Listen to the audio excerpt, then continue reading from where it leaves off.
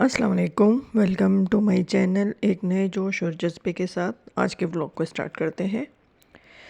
امید ہے آپ لوگ خیریت سے ہوں گے۔ الحمدللہ میں بھی خیریت سے ہوں۔ گھر کے کام تو یوں ہی چلتے رہیں گے۔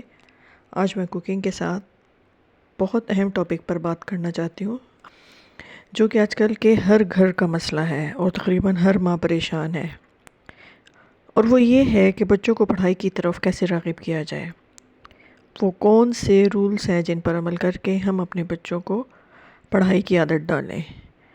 تو آج ہم اس ٹاپک پر بات کرتے ہیں۔ سب سے پہلے تو یہ بات ہمیں ذہن نشین کر لینی چاہیے کہ ماں باپ سے بڑھ کر بچوں کی تربیت کوئی بھی نہیں کر سکتا۔ میری آپ سے ریکویسٹ ہے کہ ویڈیو کو پورا لاسٹ تک واچ کیجیے گا۔ آج کل اکثر گھروں میں دیکھا گیا ہے کہ بچوں کا پڑھائی میں دل نہیں لگتا۔ مائیں بچوں کے پیچھے لگی رہتی ہیں سارا دن کہ بیٹا پڑھ لو، لیکن یاد رکھیں کہ بچہ ایسے کبھی نہیں پڑھے گا جب تک آپ خود بچے کے پاس بیٹھ کر اس کو ٹائم نہیں دیں گی۔ آپ بچے کو ٹائم دیں، اس کا ڈیلی چیک آؤٹ رکھیں کہ بچہ کام پراپر طریقے سے کر رہا ہے یا نہیں۔ اس کی تمام کاپیز کو چیک کریں۔ سب سے پہلے ہم بات کرتے ہیں کہ بچے کا ایک ٹائم فکس بنائیں پڑھائی کا۔ ایسا نہیں ہونا چاہیے کہ اسکول سے آتے ہی آپ اس کو پڑھانے کے لیے بیٹھ جائیں، نہیں، بلکہ بچہ جب اسکول سے آئے تو فریش ہونے کے بعد اور لنچ کروا کر اس کو سلا دیں تاکہ اس کی دن بھر کی تھکن اتر جائے۔ جب بچہ 2 سے 3 گھنٹے سو کر اٹھے گا تو آپ بھی اپنے کاموں سے فارغ ہو کر اس کو پڑھانے کے لیے بیٹھ جائیں۔ آج میں لنچ میں آلو اور پالک کی سبزی بنا رہی ہوں، وہ بھی میں آپ لوگوں کے ساتھ شیئر کرتی رہوں گی۔ پالک کو دھو کے میں نے بوائل کرنے کے لیے رکھ دی ہے، اب اسے میں میش کر رہی ہوں۔ دوبارہ آتے ہیں اپنے ٹاپک پر۔ اس بات کا خیال رکھیں کہ بچوں کو جس جگہ پر بیٹھ کر پڑھائیں، ڈیلی اسی جگہ پر بیٹھیں۔ بچوں کو پڑھانے کے لیے اس جگہ کو پراپر نیٹ اینڈ کلین ہونا چاہیے تاکہ بچوں کا پڑھائی میں بھی دل لگے، اور اس جگہ یا اس کے آس پاس ایسا کچھ بھی نہیں ہونا چاہیے کہ بچہ بار بار اس سے ڈسٹریکٹ ہو۔ کوئی ٹوائز وغیرہ نہیں ہونی چاہیے اس جگہ پہ، یا ایسا نہ ہو کہ جب بچے پڑھ رہے ہوں وہاں ٹی وی چل رہا ہو، کوکنگ بھی وہیں ہو رہی ہو، یا گھر کے بڑے بھی وہیں بیٹھ کر تیز آواز میں باتیں کر رہے ہوں۔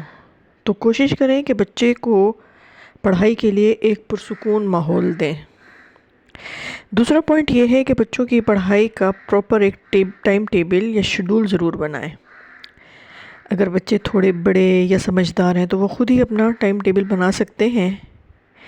یہ ایک ایسی ٹپ ہے جس پر عمل کرنے سے آپ کی اور بچوں کی زندگی آسان ہو جائے گی۔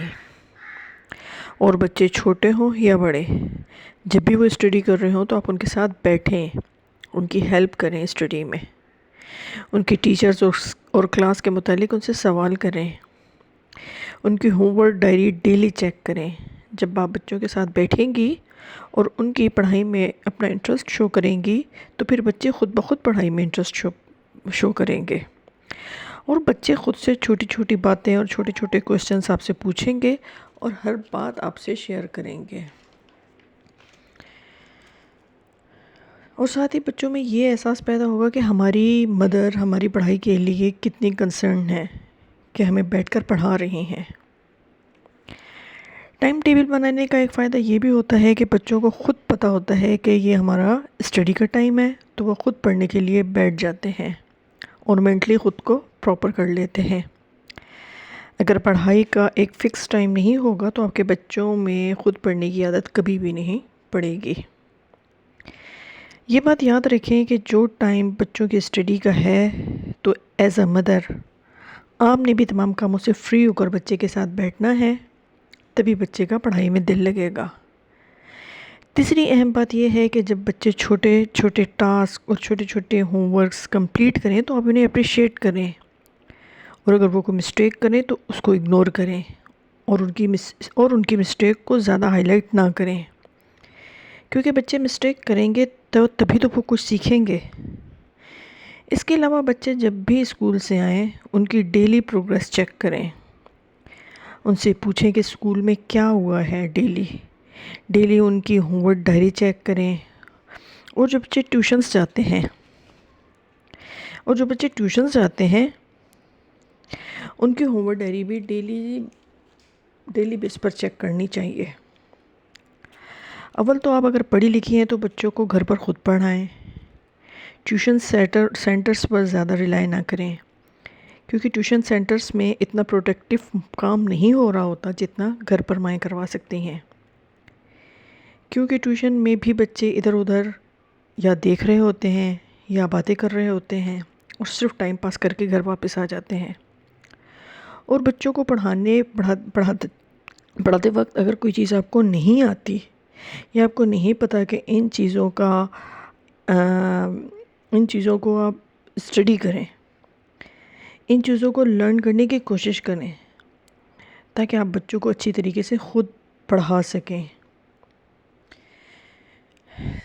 چلے جی، یہ ہم لوگ جو ہے تھوڑا سا شام کے ٹائم باہر جانے کا ہم لوگ کو موڈ آیا تو ہم لوگ آئس کریم کھانے کے لیے چلے گئے تھے، وہ بھی میں آپ لوگوں کے ساتھ شیئر کر رہی ہوں. اس کے علاوہ میں آپ کو یہ بات بھی بتا دوں کہ اگر آپ کے بچے اردو یا انگلش میں کمزور ہیں تو کیا کرنا چاہیے. اس سچویشن میں جو سب سے بہتر سلوشن ہے وہ اسٹوری بک ہے. اگر آپ کے بچے اردو میں ویک ہیں تو انہیں اردو کی اسٹوری بکس لا کر دیں، اور اگر وہ انگلش میں ویک ہیں تو انہیں انگلش کی اسٹوری بکس لا کر دیں. اگر بچے کو انگلش میں اسٹوری بکس پڑھنے کی عادت ہو جائے گی اور ان کا کسی بھی لینگویج سے تعلق ہو تو یقین جانیں ان کی انگلش میں بہت زیادہ امپروومنٹ آ جاتی ہے اور بچوں کی ویکیبلری بھی اچھی ہو جاتی ہے، ان کے پڑھنے میں روانی آ جاتی ہے. اس کے علاوہ خود سے سینٹنسز بنانا بھی آ جاتے ہیں بچوں کو. اسٹوری بکس بہت زیادہ اٹریکٹیو ہوتی ہیں بنسبت سلیبس بکس کے. سلیبس بکس پڑھنے سے بچوں کو بوریت ہو جاتی ہے، بچوں کو نیند آنے لگ جاتی ہے. اور بچوں کو جس چیز میں انٹرسٹ ہو بچوں کو اسی ٹاپک کی اسٹوری بکس لا کر دیں. اس میں جغرافی ہو سکتی ہے، ہسٹری ہو سکتی ہے، یا کارٹون کریکٹرز وغیرہ کی بھی ہو سکتی ہے. اور بچوں کو اس چیز کی بھی عادت ڈالیں کہ بیٹا اسٹوری بکس ریڈ کرتے وقت اگر کوئی ورڈ سمجھ نہیں آتا تو اس کو پراپر لکھ لیا کریں اور بعد میں گوگل پہ سرچ کر لیا کریں. ریڈنگ بک نہ صرف ایک بہت اچھی عادت ہے بلکہ اس سے بچوں کی مینٹل گروتھ بھی بہت اچھی ہوتی ہے. اپنے بچوں کو جہاں بکس ایگزیبیشنز لگتی ہیں وہاں لے کر جائیں.